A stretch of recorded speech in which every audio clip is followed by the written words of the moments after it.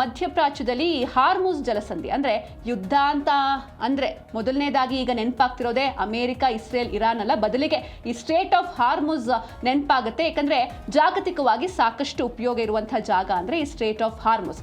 ಇಲ್ಲಿ ಒಂದಷ್ಟು ನಿಯಮಗಳು ಆ ಕಡೆ ಈ ಕಡೆ ಆಗ್ತಾ ಇರೋದನ್ನ ನಾವು ನೋಡ್ತಾ ಇದೀವಿ. ಒಂದ್ಸಲ ಎಲ್ಲ ಹಡಗುಗಳಿಗೆ ಮುಕ್ತ ಆಗುತ್ತೆ, ಮತ್ತೊಂದ್ ಕಡೆ ನಿರ್ಬಂಧವನ್ನ ಹೇರಲಾಗುತ್ತೆ. ಆದ್ರೆ ಸದ್ಯಕ್ಕಂತೂ ಹಾರ್ಮುಜ್ ಜಲಸಂಧಿ ಅಥವಾ ಈ ಸ್ಟ್ರೇಟ್ ಆಫ್ ಹಾರ್ಮುಜ್ ಓಪನ್ ಆಗಿದೆ, ಮುಕ್ತವಾಗಿದೆ. ಆದ್ರೆ ಇಲ್ಲಿ ಟೋಲ್ ಹಾಕೋದು ಕನ್ಫರ್ಮ್ ಅಂತ ಹೇಳಲಾಗ್ತಾ ಇದೆ. ಇರಾನ್ ಕಡೆಯಿಂದ ಟೋಲ್ ವಿಧಿಸೋದು ಬಹುತೇಕ ಖಚಿತ ಎನ್ನುವಂತ ಮಾಹಿತಿ ಸಿಗ್ತಾ ಇದೆ. ಆದ್ರೆ ಇರಾನ್ ಈ ವಿಚಾರದಲ್ಲಿ ಟೋಲ್ನ ಫಿಕ್ಸ್ ಮಾಡಿದೆ. ಅಂದ್ರೆ ತನ್ನ ಮಿತ್ರ ರಾಷ್ಟ್ರಗಳಿಗೆ ಯಾರೆಲ್ಲ ಇವೆ ಅಥವಾ ಯುದ್ಧದ ಟೈಮ್ನಲ್ಲಿ ತನ್ನ ಜೊತೆ ಯಾವೆಲ್ಲ ರಾಷ್ಟ್ರಗಳು ನಿಂತಿದ್ವೋ ಆ ದೇಶಗಳಿಗೆ ಒಂದಷ್ಟು ಡಿಸ್ಕೌಂಟ್ ಕೊಡಬೇಕು ಎನ್ನುವಂಥ ಚಿಂತನೆ ಇದೀಗ ಇರಾನ್ ತಲೆಯಲ್ಲಿ ಓಡ್ತಾ ಇದೆಯಂತೆ. ಮಿತ್ರ ರಾಷ್ಟ್ರಗಳಿಗೆ ವಿಶೇಷ ಸೌಲಭ್ಯವನ್ನು ನೀಡೋದಕ್ಕೆ ಇರಾನ್ ಮುಂದಾಗ್ತಾ ಇದೆ. ಹಾಗಾದ್ರೆ ಯಾವೆಲ್ಲ ರಾಷ್ಟ್ರಗಳಿಗೆ ಇರಾನ್ ಡಿಸ್ಕೌಂಟ್ ಅನ್ನ ನೀಡ್ತಾ ಇದೆ? ಹಾಗೆ ನಮ್ಮ ಭಾರತದ ಬಗ್ಗೆ ನಾವು ನೋಡಲೇಬೇಕು. ಭಾರತಕ್ಕೆ ಎಷ್ಟು ಹಡಗುಗಳು ಬರ್ತಾ ಇದೆ ಸ್ಟ್ರೇಟ್ ಆಫ್ ಹಾರ್ಮುಜ್ನಿಂದ, ಹಾಗೆ ಈ ಭಾರತದ ಹಡಗುಗಳಲ್ಲಿ ಏನೆಲ್ಲ ಇದೆ ಇವೆಲ್ಲವನ್ನು ಕೂಡ ಇವತ್ತಿನ ಜೀ ಕನ್ನಡ ನ್ಯೂಸ್ ಟಿಎನ್ಎ ಎರಡನೇ ಸ್ಟೋರಿಯಲ್ಲಿ ನೋಡ್ತಾ ಹೋಗೋಣ. ಹಾರ್ಮುಜ್ ಸಂಚಾರಕ್ಕೆ ಸದ್ಯಕ್ಕಂತೂ ರಿಯಾಯಿತಿ. ಹಾರ್ಮುಜ್ ಜಲಸಂಧಿಯಲ್ಲಿ ಯಾವೆಲ್ಲ ಹಡಗುಗಳು ಸಂಚಾರವನ್ನ ಮಾಡ್ತವೆ ಅವಕ್ಕೆ ಸೇವಾ ಶುಲ್ಕವನ್ನ ವಿಧಿಸಲಾಗುತ್ತೆ.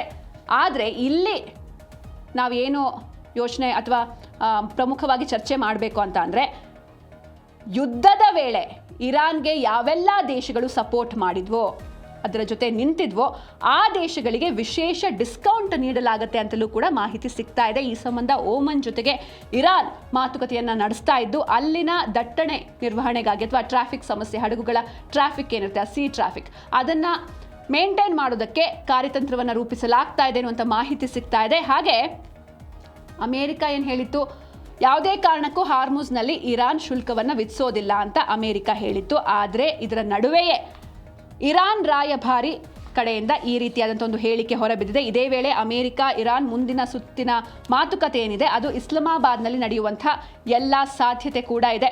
ಈಗ ಹಾರ್ಮುಜ್ ಜಲಸಂಧಿ ಅಂತ ಅಂದರೆ ಅದು ಎಷ್ಟು ಇಂಪಾರ್ಟೆಂಟ್ ಅಂತ ಎಲ್ರಿಗೂ ಕೂಡ ಗೊತ್ತಾಗಿದೆ. ಅದು ಈ ಯುದ್ಧ ಆದಮೇಲಂತೂ ಪ್ರತಿಯೊಬ್ಬರಿಗೂ ಕೂಡ ಮನವರಿಕೆ ಆಗಿದೆ. ಜಗತ್ತಿನಲ್ಲಿ ಬಳಕೆಯಾಗುವಂಥ ಒಟ್ಟು ಕಚ್ಚಾ ತೈಲದ ಸುಮಾರು 20-30% ತೈಲ ದಿನನಿತ್ಯ ಇದೇ ಒಂದು ಕಿರಿದಾದ ಜಲಸಂಧಿಯ ಮೂಲಕ ಹಾದು ಹೋಗುತ್ತೆ. ಪ್ರಮುಖ ರಫ್ತುದಾರರು ಇದರಲ್ಲಿ ಸೌದಿ ಅರೇಬಿಯಾ ಆಗಿರ್ಬೋದು, ಇರಾಕು, UAE, ಕುವೈತು, ಇರಾನ್ ಮತ್ತು ಕತಾರ್ ದೇಶಗಳಾಗುತ್ತೆ. ತಮ್ಮ ತೈಲ ಹಾಗೆ ನೈಸರ್ಗಿಕ ಅನಿಲ ಏನು LNG ಇದೆ, ಇದನ್ನ ಜಗತ್ತಿನಾದ್ಯಂತ ಸಾಗಿಸೋದಕ್ಕೆ ಈ ಮಾರ್ಗವನ್ನೇ ನೆಚ್ಕೊಂಡಿವೆ. ಹಾಗೆ ಈ ಮಾರ್ಗದ ಮೂಲಕ ಹೋಗುವಂಥ ಬಹುತೇಕ ತೈಲ ಭಾರತಕ್ಕೆ ಬರುತ್ತೆ, ಚೀನಾಗೆ ಬರುತ್ತೆ, ಜಪಾನ್ ಹಾಗೆ ದಕ್ಷಿಣ ಕೊರಿಯಾದಂತಹ ಏಷ್ಯಾದ ಪ್ರಮುಖ ರಾಷ್ಟ್ರಗಳನ್ನು ರೀಚ್ ಮಾಡುತ್ತೆ. ಭಾರತಕ್ಕೆ ಬರುವಂತಹ ಕಚ್ಚಾ ತೈಲದ ಬಹುಪಾಲು ಭಾಗ ಇದೇ ಜಲಸಂಧಿಯ ಮೂಲಕವೇ ಬರುತ್ತೆ.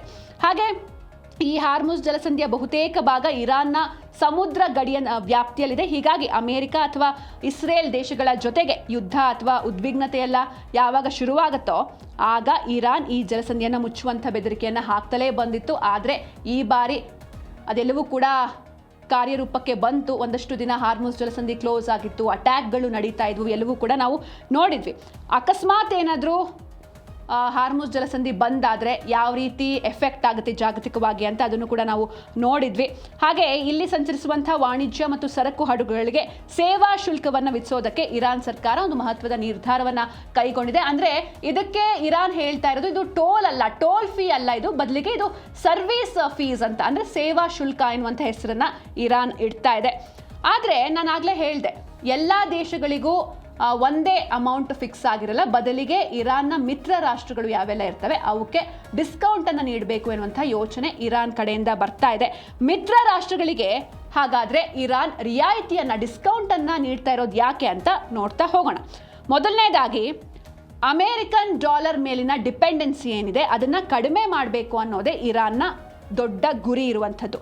ಪಾಶ್ಚಿಮಾತ್ಯ ದೇಶಗಳು ಅಂದರೆ ವೆಸ್ಟರ್ನ್ ಕಂಟ್ರೀಸ್ ಏನಿದೆ, ಈ ದೇಶಗಳು ಇರಾನ್ ಮೇಲೆ ಹೇರಿರುವಂತಹ ಕಠಿಣ ಆರ್ಥಿಕ ನಿರ್ಬಂಧಗಳ ನಡುವೆ ತನ್ನ ಆದಾಯವನ್ನು ಹೆಚ್ಚಿಸಿಕೊಳ್ಬೇಕು ಅಂತ ಇರಾನ್ ಈ ತಂತ್ರವನ್ನು ಬಳಸ್ತಾ ಇದೆ.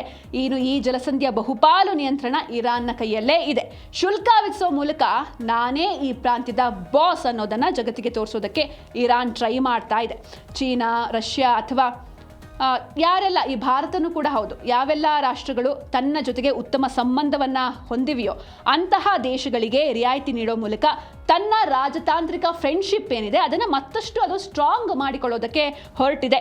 ಇರಾನ್ ದೀರ್ಘಕಾಲದಿಂದ ಅಮೆರಿಕಾದ ಆರ್ಥಿಕ ನಿರ್ಬಂಧಗಳನ್ನು ಫೇಸ್ ಮಾಡ್ತಾ ಇದೆ. ಹಾಗೆ ಇತ್ತೀಚಿನ ಅಮೆರಿಕ ಇರಾನ್ ಸಂಘರ್ಷದ ಸಮಯದಲ್ಲೂ ಕೂಡ ಚೀನಾ ಆಗಿರ್ಬೋದು, ರಷ್ಯಾ ಆಗಿರ್ಬೋದು, ಅಥವಾ ಈ ಭಾರತದಂತಹ ದೇಶಗಳು ಇರಾನ್ನೊಂದಿಗೆ ವ್ಯಾಪಾರ ಮತ್ತು ರಾಜತಾಂತ್ರಿಕ ಸಂಬಂಧವನ್ನು ಸಂಪೂರ್ಣವಾಗಿ ಬ್ರೇಕ್ ಮಾಡ್ಕೊಳ್ಳಲಿಲ್ಲ, ಹಾಗೆ ಕಂಟಿನ್ಯೂ ಆಗ್ತಾನೆ ಇತ್ತು.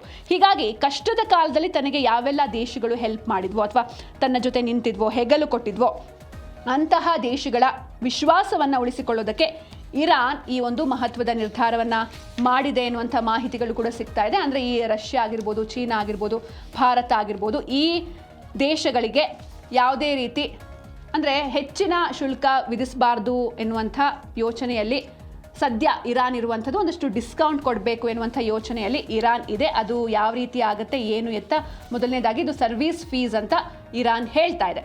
ಹಾಗೆ ಈಗ ನಾವು ಭಾರತದ ವಿಚಾರಕ್ಕೆ ಮಾತಾಡ್ತಾ ಹೋಗೋದಾದರೆ, ಈಗ ಸ್ಟ್ರೇಟ್ ಆಫ್ ಹಾರ್ಮುಸ್ ಮುಕ್ತವಾಗಿದೆ, ಅಲ್ಲಿಂದ ಹಡಗುಗಳು ಬರ್ತಾ ಇದೆ. ಈ ಹಿಂದೆ ಸ್ಟಾಪ್ ಆದಾಗ ನಿಮ್ಗೆಲ್ರಿಗೂ ಕೂಡ ಗೊತ್ತಿರುತ್ತೆ ಎಷ್ಟು ಹಡಗು ಬಂದವು, 1 ಪಾಸ್ ಆಯ್ತಾ, 2 ಪಾಸ್ ಆಯ್ತಾ ಅಂತ ಎಲ್ಲರೂ ಕೂಡ ನಾವು ಕಾಯ್ತಾ ಕುಳಿತಿದ್ವಿ. ಯಾಕಂದರೆ ಅಷ್ಟರ ಮಟ್ಟಿಗೆ ಇಲ್ಲಿ ಅಭಾವ ಸೃಷ್ಟಿಯಾಗಿತ್ತು.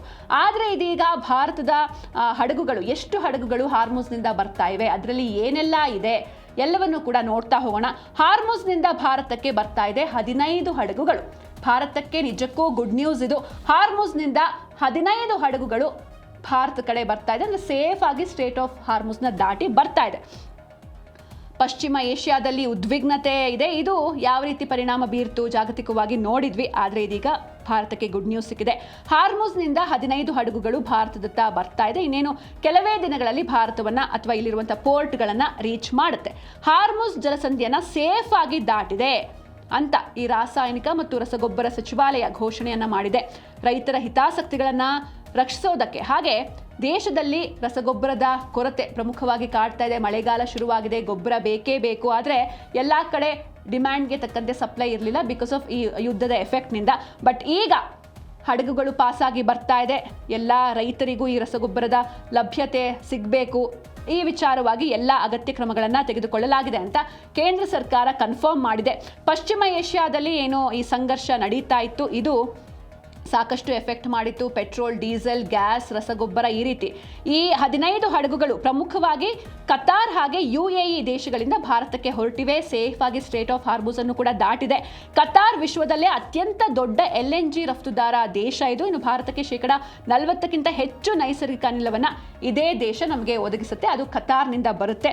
ಹೀಗಾಗಿ ಈ ಹಡಗುಗಳು ಏನು ಭಾರತಕ್ಕೆ ಇನ್ನೇನು ಕೆಲವೇ ದಿನಗಳಲ್ಲಿ ಬಂದು ರೀಚ್ ಆಗಿ ಭಾರತದ ಗುಜರಾತ್ನ ದಹೇಜ್ ಹಾಗೆ ಹಜಿರಾ ಮತ್ತು ಕರಾವಳಿ ತೀರದ ಮೇನ್ ಪೋರ್ಟ್ಸ್ಗಳು ಯಾವೆಲ್ಲ ಇದೆ ಅಲ್ಲಿಗೆ ಬಂದು ತಲುಪುತ್ತೆ.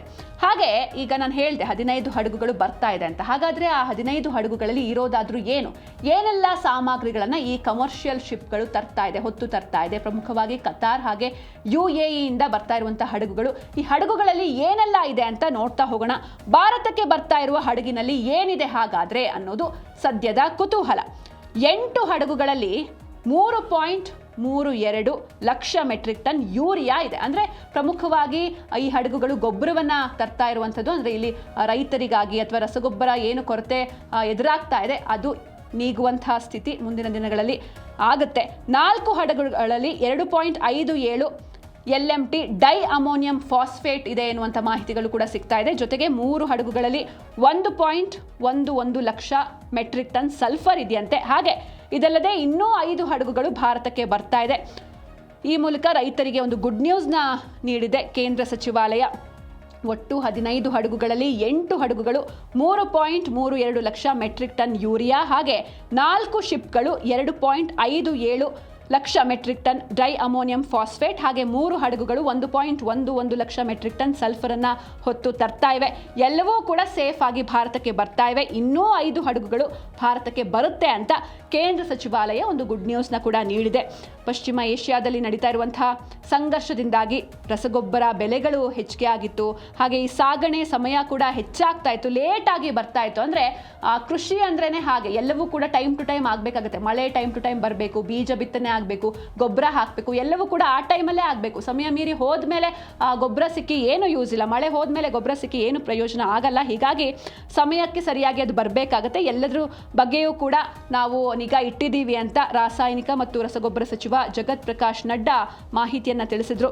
ಜೊತೆಗೆ ವಿದೇಶದಲ್ಲಿರುವಂತಹ ಈ ಭಾರತೀಯ ಕಾರ್ಯಾಚರಣೆಗಳು ಸಂಭಾವ್ಯ ಜಾಗತಿಕ ಉತ್ಪಾದಕರು ಮತ್ತು ಈ ಸಪ್ಲೈಯರ್ಸ್, ಡಿಸ್ಟ್ರಿಬ್ಯೂಟರ್ಸ್ ಏನಿದ್ದಾರೆ ಅವರನ್ನು ಕಾಂಟ್ಯಾಕ್ಟ್ ಮಾಡೋದ್ರಲ್ಲಿ ರಸಗೊಬ್ಬರ ಇಲಾಖೆಗೆ ಆಕ್ಟಿವ್ ಆಗಿ ಸಹಾಯ ಮಾಡಿವೆ ಅಂತ ಅವರು ಹೇಳಿದರು ಈ ಸಂದರ್ಭದಲ್ಲಿ. ಹಾಗೆ ಇಲ್ಲಿ ಪ್ರಮುಖವಾಗಿ ರೈತರ ಹಿತಾಸಕ್ತಿಗಳನ್ನು ಸಂಪೂರ್ಣವಾಗಿ ರಕ್ಷಿಸೋದಕ್ಕೆ ಆದ್ಯತೆಯನ್ನು ನೀಡಲಾಗಿದೆ. ಜೊತೆಗೆ ಪ್ರಾದೇಶಿಕ ಲಭ್ಯತೆ ಮತ್ತು ಪಾರದರ್ಶಕವಾಗಿ ಇದು ವಿತರಣೆ ಆಗಬೇಕು. ಅಂದರೆ ಈಗ ಡಿಮ್ಯಾಂಡ್ಗೆ ತಕ್ಕಂಗೆ ಸಪ್ಲೈ ಇಲ್ಲ ಅಂತ ಹೇಳಿ ಅದನ್ನು ಅಧಿಕ ರೇಟ್ಗೆ ಮಾರೋದು ಅಥವಾ ಕಾಳಸಂತೆಯಲ್ಲಿ ಕಳ್ಳರ ಪಾಲಾಗೋದು ಇದೆಲ್ಲವೂ ಕೂಡ ಕಡಿಮೆ ಆಗಬೇಕು. ಎಲ್ಲ ಹಳ್ಳಿಗೂ ಕೂಡ ಇದು ರೀಚ್ ಆಗಬೇಕು. ಹಾಗೆ ಟ್ರಾನ್ಸ್ಪರೆಂಟ್ ಆಗಿ ಡಿಸ್ಟ್ರಿಬ್ಯೂಟ್ ಆಗಬೇಕು. ಇದನ್ನು ಕನ್ಫರ್ಮ್ ಮಾಡಿಕೊಳ್ಳೋದಕ್ಕೆ ರಸಗೊಬ್ಬರ ಇಲಾಖೆ ರಾಜ್ಯ ಸರ್ಕಾರಗಳೊಂದಿಗೆ ನಿರಂತರವಾಗಿ ಸಮನ್ವಯವನ್ನು ಸಾಧಿಸ್ತಾ ಇದೆ.